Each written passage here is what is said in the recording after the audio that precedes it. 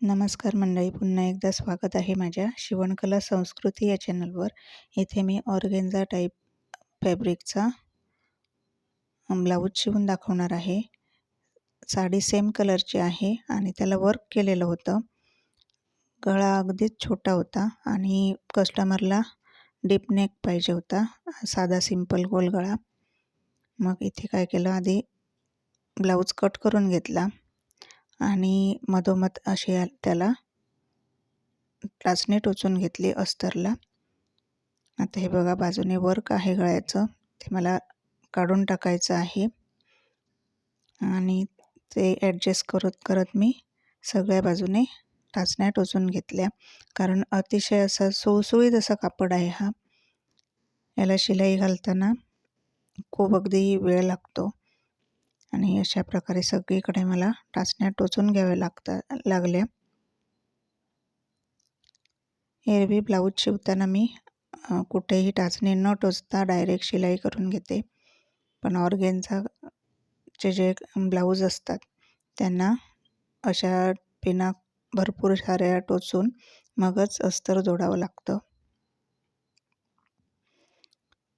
आता टाचण्या टोचून झाल्या, सुईत दोरा घालून झाला. आता शिलाई द्यायला मी सुरुवात केली आणि ह्या खूप प्रमाणात टाचण्या टोचल्या, परंतु त्या हाताला लागत होत्या.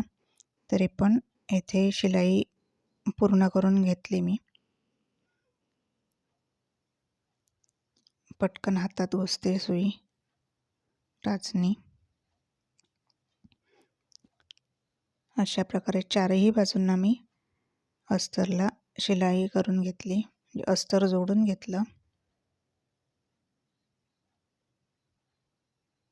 साधा सिंपल गोल आणि खोल गळा याला मी शिवलेला आहे. हे बघा, कापड अशा प्रकारे सगळ्या साईडने ओढलं की वाढत जाणारं हे कापड आहे. इथे वर्क आहे ते मला नको आहे ब्लाऊजमध्ये, त्याला मी बाहेरच्या बाजूला घेतलं म्हणजे ते कापून टाकता येईल आणि सावकाश शिलाई देत गेली.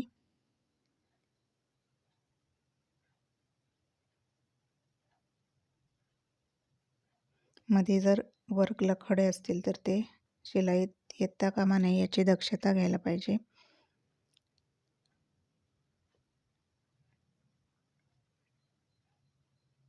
आता ही शिलाई माझी पूर्ण करून होत आहे.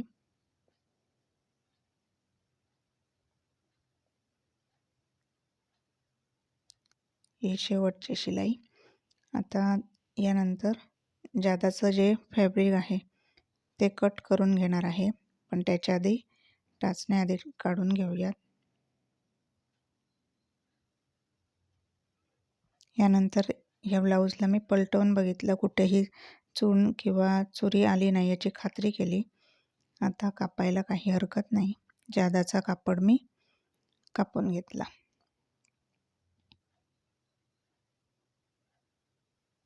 खूपच सुळसुळीत असा हा कापड आहे. यानंतर गळ्याकडचं बघा, जे वर्क होतं ते मी कापायचा प्रयत्न केलेला आहे. इथे वेळ लागला कापायला, कारण ते वर्क जरा असं जाड दोऱ्यांचं होतं आणि थोडंसं ते शिल्लक राहिलं आहे बघा.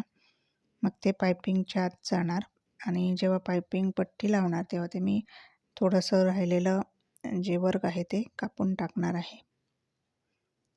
आता हे जादाचं कापड मी कापून टाकलेलं आहे. नेहमीप्रमाणे आपलं अस्तर जोडून झालेलं आहे बघा. आता याला दुमडून घेतलं. आता टक्स मार्किंग करून घेऊया.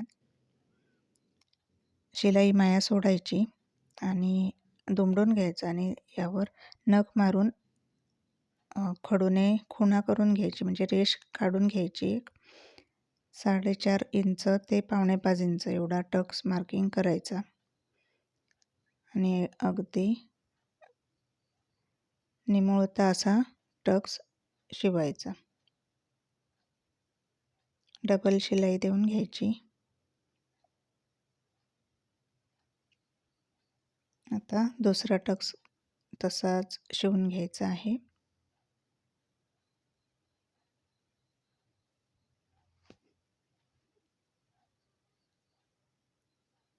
आणि हा दुसरा टक्स देखील माझा शिवून झालेला आहे.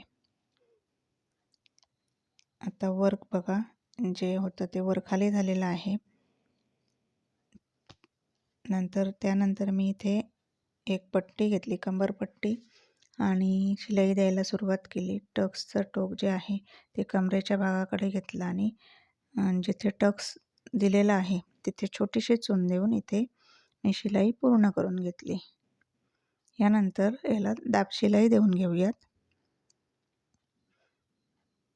दाबशिलाई दिली की हातशिलाई करताना सोपं पडतं.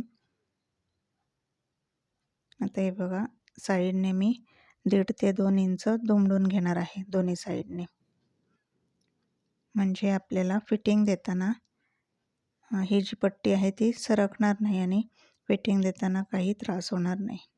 आणि मधले जर सोडलेलं जी पट्टी आहे ती मी हातशिलाईने कवर करणार आहे.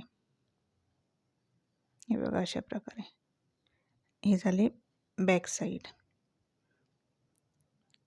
आता याचा पूर्ण ब्लाऊज शिवल्यानंतर मी तुम्हाला दाखवणार आहे. हा ब्लाऊज मी पूर्ण शिवलेला आहे. वर्क बघा किती छान दिसतंय, मोर आहे याला. त्याच्यानंतर हे स्लीव्जवर डिझाईन होतं, पण कोपरापर्यंत हात होते त्यामुळे ते मला त्याला देता आलं नाही. आणि हे कटोरी ब्लाऊज आहे, दोन्ही बाजूला गोल गळे आहेत. हे बघा, हे वर्क हातावर येणार असतं ते मी योगपट्टीला ॲडजस्ट केलं आणि अशा प्रकारे मी ब्लाऊज पूर्ण केलेला आहे.